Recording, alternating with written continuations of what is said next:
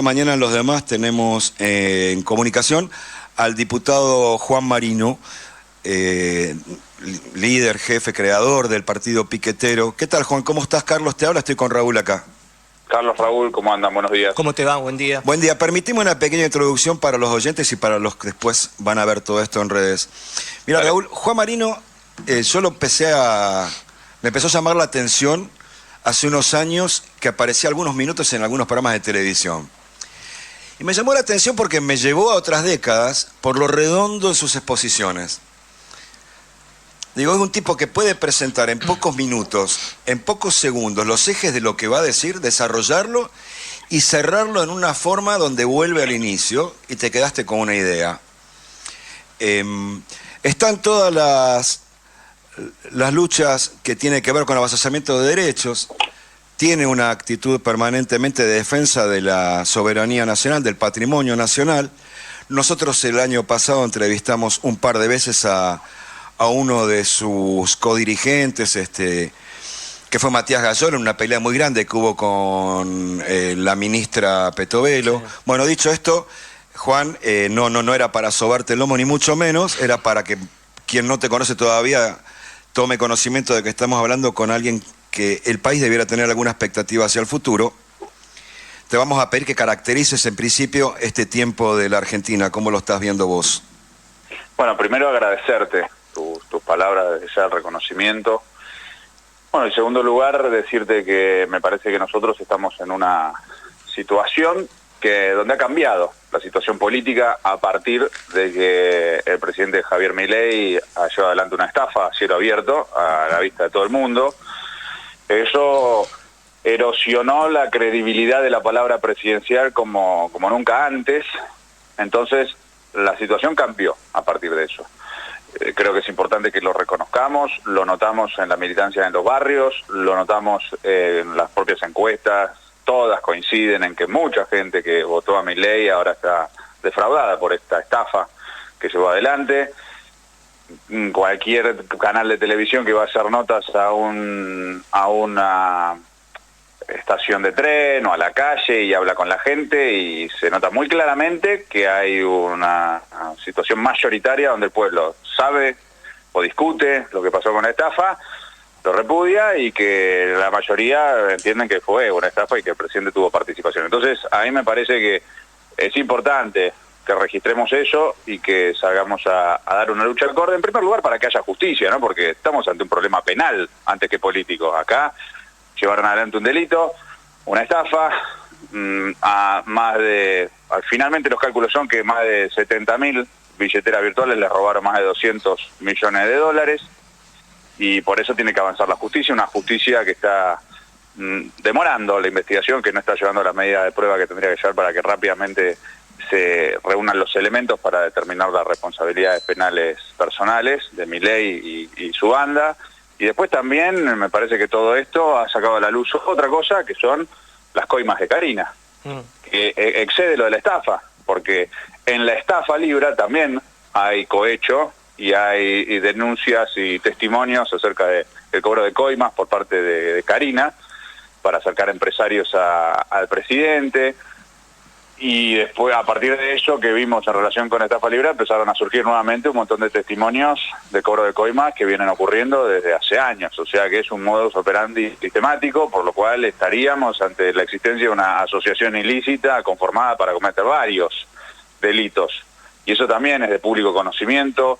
Surgen testimonios numerosos de distintas personas, de distintas extracciones en el mismo sentido. Ahí tendría que actuar la justicia de oficio y sería una causa distinta de la de Libra, porque es una causa por cohecho, por cobro de coimas en reiteradas oportunidades, en diversas circunstancias. Y cuando hay un delito penal de acción pública de la que se toma conocimiento público tan notorio, según el Código Penal y el Código Procesal Penal, el Ministerio Público Fiscal debe actuar de oficio, por lo cual la justicia debería estar actuando de oficio en el caso del cobro de coimas de Karina. Así que estamos en un país donde tenemos que desenvolver esa lucha. Me parece que es muy importante que el conjunto de la militancia popular lleve adelante una campaña para explicarle a nuestro pueblo que acá hubo una estafa, que acá hay cobro de coimas, que los protagonistas son Javier y Karina Milei y que tiene que haber justicia. Visto esto, De hecho, bueno, creo que el martes pasado el diputado Carros llamó a comisión, que hubo un vacío por parte de la oposición. Vos integraste la comisión Sí. de informática y demás, y llamaron expertos, y más o menos se aprendió alguna cosa de ellos, digo, para conocimiento del Poder Legislativo, de los legisladores y de la misma sociedad. ¿Qué te incorporaron de novedoso ahí sobre esta causa? ¿Qué te ayudó? Bueno, es muy importante, fueron muy importantes todos los testimonios. Nosotros muy probablemente acerquemos al juzgado el desgrabado y el video para que lo incorporen como prueba, porque fue muy contundente y unánime el planteo de que acá hubo una estafa.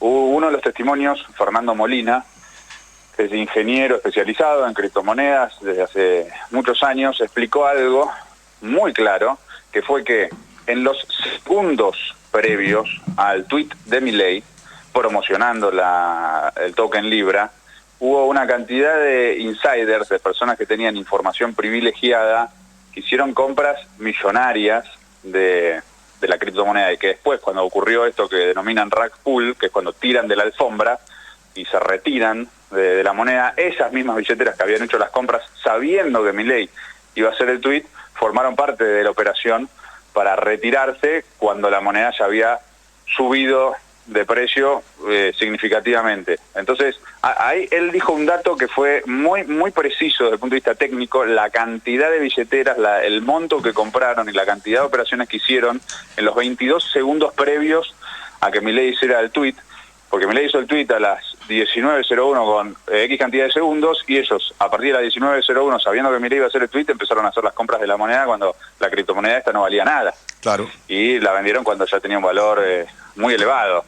Por lo cual, la existencia de personas con información privilegiada que actuaron de forma coordinada en términos de horarios con el presidente de la Nación y su publicación, y que después de forma coordinada se retiraron y le robaron un montón de guita, un montón de gente que pensaba que esto era para invertir en el país, como había dicho el presidente de la Nación en su tuit, es una demostración contundentísima acerca de la existencia de una estafa. Yo llamo a los que están escuchando a que busquen en el canal de YouTube de la Cámara de Diputados, está la transmisión en vivo de la reunión con los especialistas cripto, la pueden escuchar, la pueden difundir, pueden hacer recortes. Me parece que es muy importante que eso circule y que se conozca la opinión de los especialistas en criptomonedas, que muchos de ellos no tienen ningún tipo de filiación política, sino que son solamente personas que están interesadas en hacer respetar el prestigio, la trayectoria de las criptomonedas en general, y que no quieren que esto que ocurrió con esta estafa dañe un ecosistema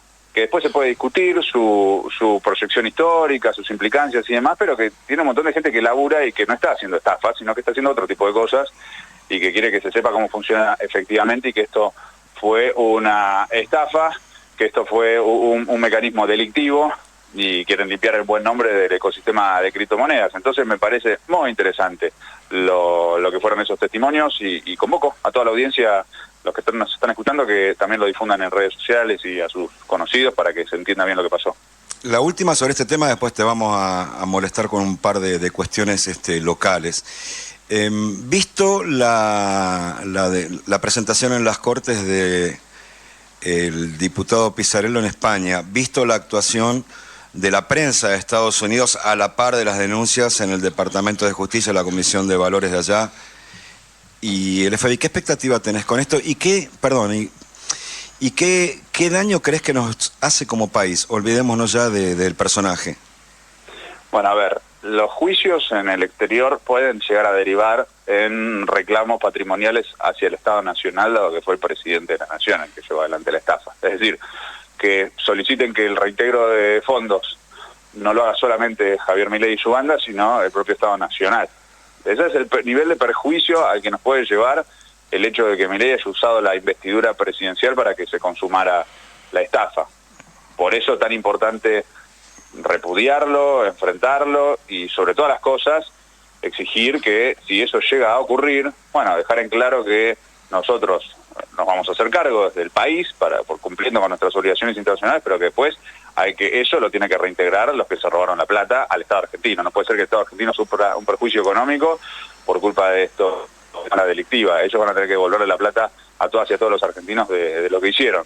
Al mismo tiempo, me parece que es importante conectar lo que vos decís con lo que está pasando en la justicia argentina. ¿Por qué?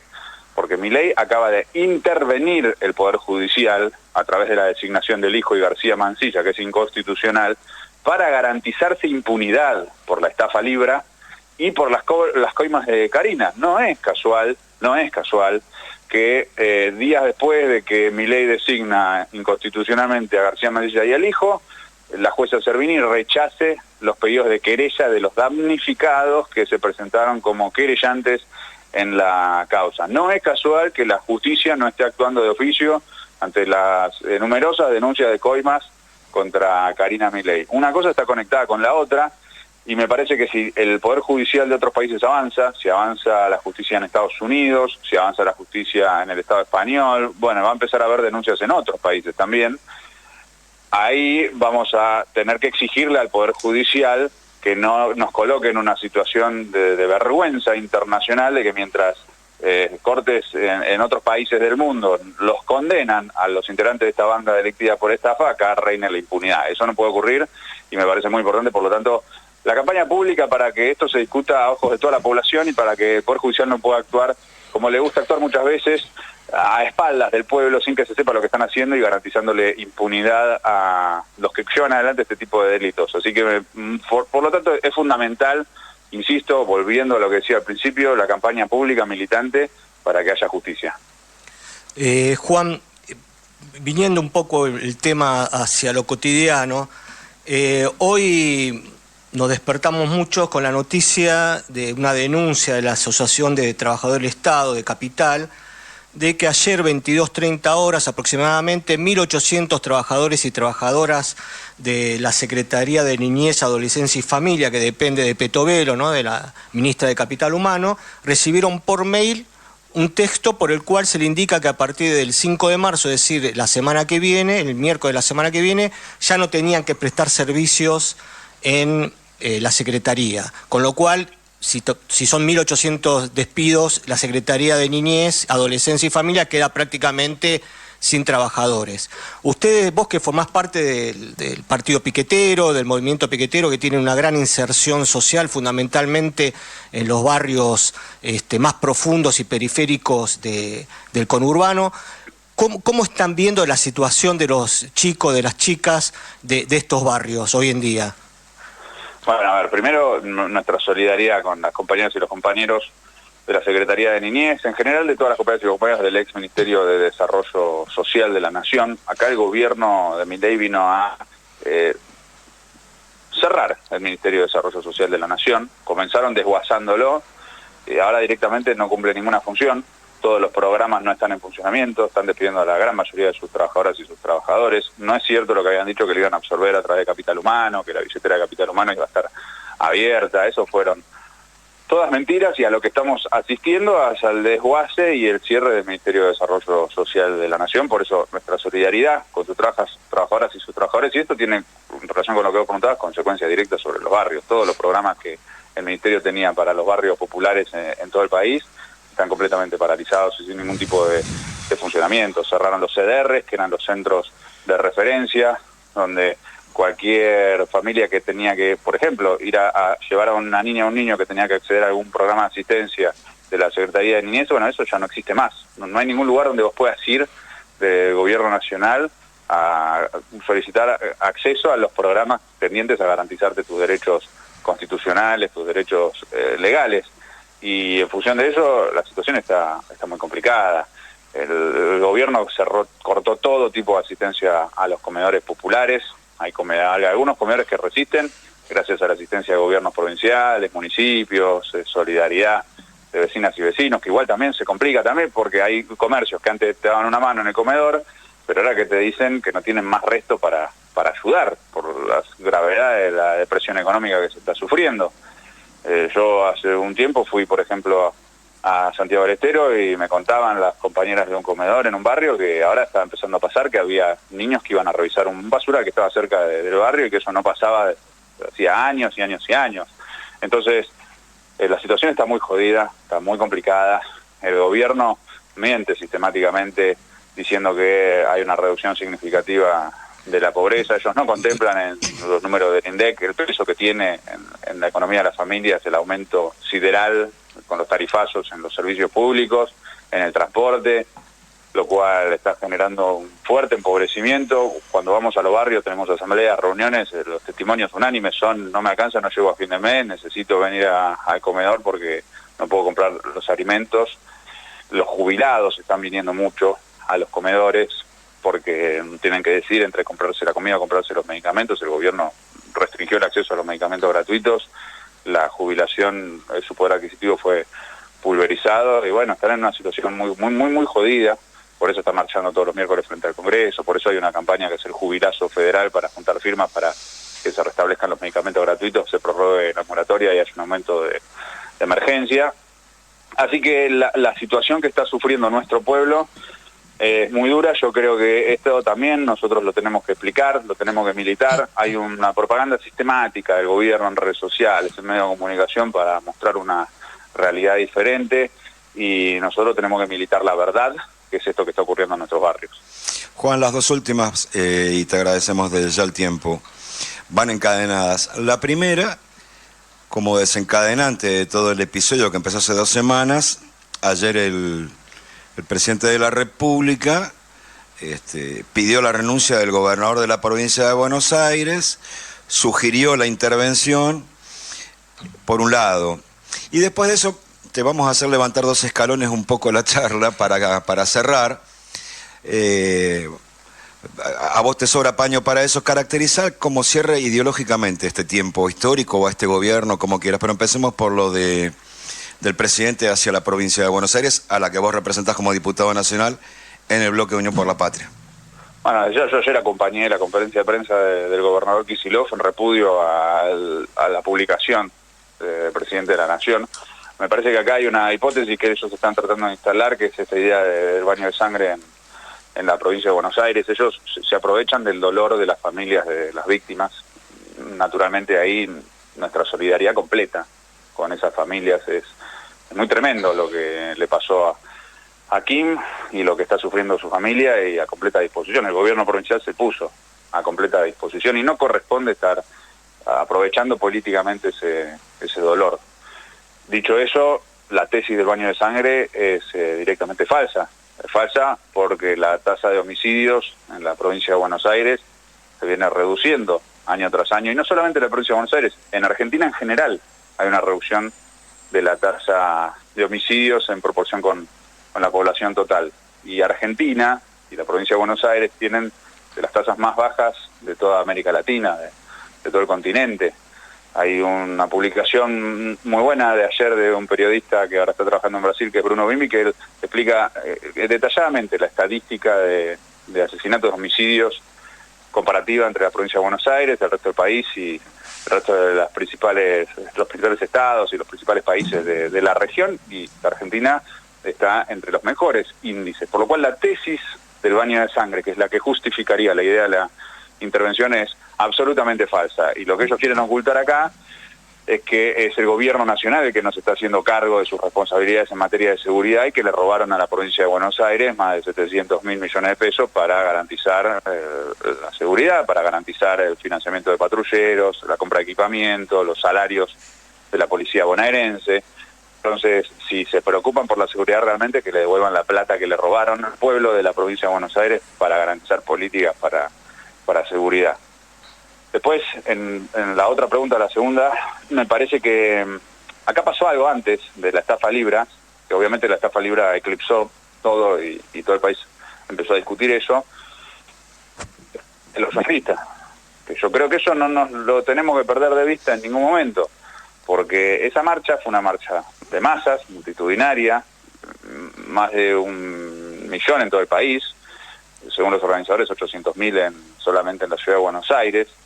Esa marcha yo creo que es muy valiosa porque desmiente las tesis que empezaban a circular de que bueno, la gente ya ha dejado de marchar, dejaba de luchar, la idea de que la gente estaba percibiendo el crecimiento económico del cual habla el gobierno y por lo tanto estarían sumando apoyo al gobierno, de que habría resignación, y la marcha del orgullo antifascista vino a decir, no, acá el pueblo sigue movilizado, acá el pueblo sigue saliendo a la calle para dar testimonio en contra de este gobierno. Acá el pueblo sigue esperando algo de sus dirigentes y de sus dirigentes que no les están dando.